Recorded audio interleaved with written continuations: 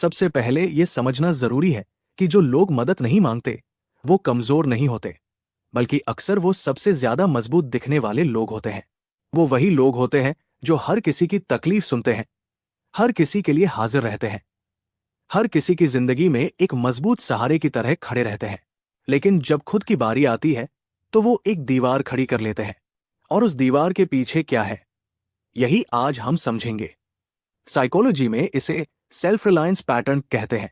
ये वो स्वभाव है जहां एक इंसान खुद को इस तरह ढाल लेता है कि उसे किसी की जरूरत नहीं है। लेकिन ये स्वभाव अचानक नहीं बनता। ये बनता है उन सब पलों से जो इस इंसान ने अपनी जिंदगी में झेले हैं।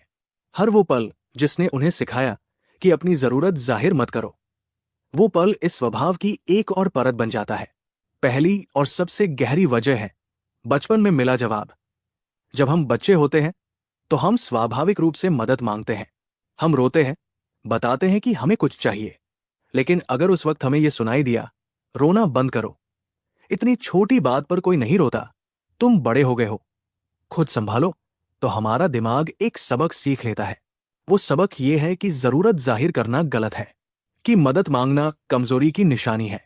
और एक बार ये सबक बचपन में दिमाग में बैठ जाए तो ये बड़े होने के बाद भी वैसे ही काम करता रहता है। वो बच्चा बड़ा होकर एक ऐसा इंसान बन जाता है जो हर चीज अकेले संभालने की कोशिश करता है, चाहे वो हालात कितने भी भारी क्यों न हो। साइकोलॉजी में इसे इमोशनल सप्रेशन कहते हैं। यानी वो इंसान अपनी भावनाओं को इतने गहरे दबा देता है कि एक वक्त के बाद उसे खुद भी नहीं पता रहता कि वो अंदर से टूटा हुआ है। दूसरी बड़ी वजह है पुराना धोखा। कई लोगों ने जिंदगी में एक या दो बार मदद मांगी थी। उन्होंने किसी पर यकीन किया था और उस यकीन को तोड़ा गया। या तो उनकी बात को गंभीरता से नहीं लिया गया, या उन्हें परखा गया, या जिससे उन्होंने मदद मांगी उसने उनकी कमजोरी का फायदा उठाया। उस एक पल ने उनके अंदर यह फैसला पक्का कर दिया, अब कभी नहीं मांगूंगा। और यह फैसला इतना गहरा हो जाता है कि वो इंसान खुद भी ये नहीं जानता कि यह फैसला उसने कब और क्यों लिया था। उसे बस इतना महसूस होता है कि मदद मांगना सुरक्षित नहीं है।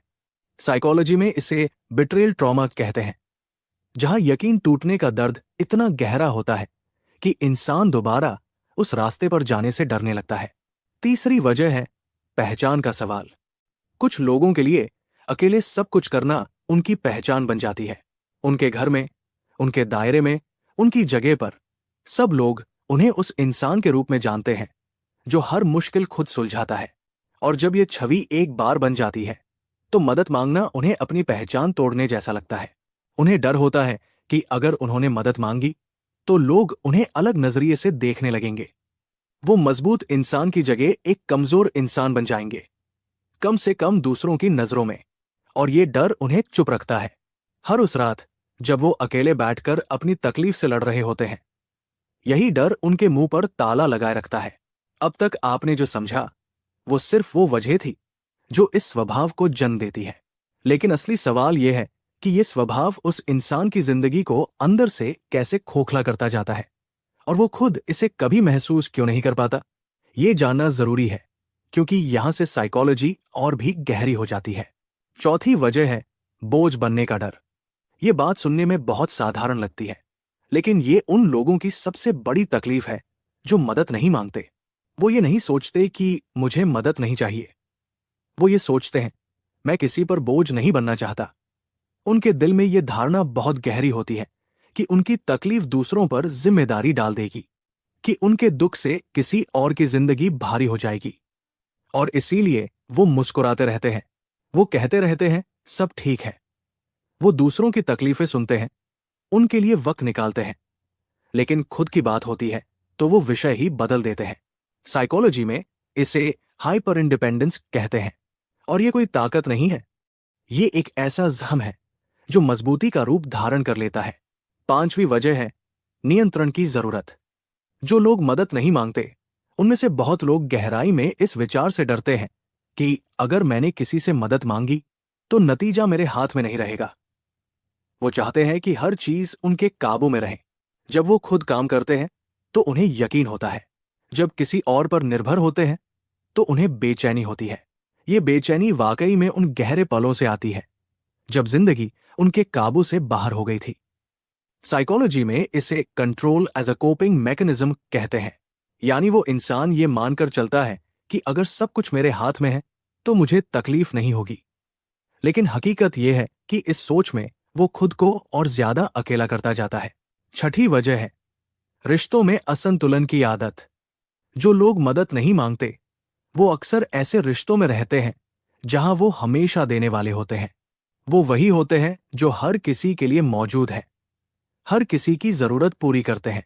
लेकिन जब उनकी बारी आती है तो वो खुद पीछे हट जाते हैं, क्योंकि उन्हें लेना नहीं आता, उन्हें सिर्फ देना सिखाया गया है।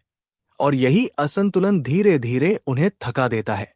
वो थकते हैं लेकिन बताते नहीं, वो टूटते हैं लेकिन दिखाते नहीं, और एक दिन वो या तो पूरी तरह रिश्तों से दूर हो जाते हैं या इतने अकेले हो जाते हैं कि बाहर से उनकी जिंदगी बिल्कुल ठीक लगती है और अंदर से वो खाली होते हैं। यहां एक बहुत जरूरी बात समझनी है। जो लोग मदद नहीं मांगते उनके बारे में अक्सर ये सोच लिया जाता है कि वो बहुत मजबूत है, उन्हें कुछ नहीं होता। लेकिन सच ये है कि वो थके हुए होते हैं। वो उस इंसान की तरह होते हैं जो बहुत भारी बोझ उठाकर बहुत दूर तक चल चुका है और उसे रुकने की जगह नहीं मिली। उनकी जरूरत यह नहीं है कि कोई उनसे कहे तुम मजबूत हो। उनकी जरूरत यह है कि कोई उनसे पूछे तुम सच में कैसे हो। और जब तक वो खुद ये नहीं सीखते कि जरूरत जाहिर करना कमजोरी नहीं है, वो इसी थकान के साथ जीते रहते हैं। साइकोलॉजी कहती है इंसान अकेला नहीं बनता, उसे अकेला बनाया जाता है उन पलों से, उन जवाबों से, उन चोटों से जो उसने तब झेली जब वो सबसे ज्यादा जरूरतमंद था। और जो लोग आज मदद नहीं मांग सकते वो दरअसल वो लोग हैं जिन्होंने सबसे ज्यादा तकलीफ अकेले झेली है। अगर आप ऐसे हैं तो ये जानिए कि मदद मांगना कमजोरी नहीं है, ये उस इंसान की सबसे बड़ी हिम्मत है जो ये मान लेता है कि वो भी इंसान है और इंसान को इंसान की जरूरत होती है। और अगर आपकी जिंदगी में कोई ऐसा इंसान है तो उसे जज मत करिए, उसके पास जाइए, उससे पूछिए, क्योंकि वो आपका इंतजार नहीं कर रहा, लेकिन शायद उसे आपकी सबसे ज्यादा जरूरत है। अगर ये वीडियो आपको अपने किसी करीबी की याद दिला गई तो नीचे कमेंट करिए, और अगर ये बात आपने खुद अपने अंदर महसूस की तो भी जरूर बताइए, क्योंकि यहां कोई जज नहीं करेगा। इस वीडियो को लाइक करिए ताकि ये बात उन लोगों तक पहुंचे जिन्हें इसकी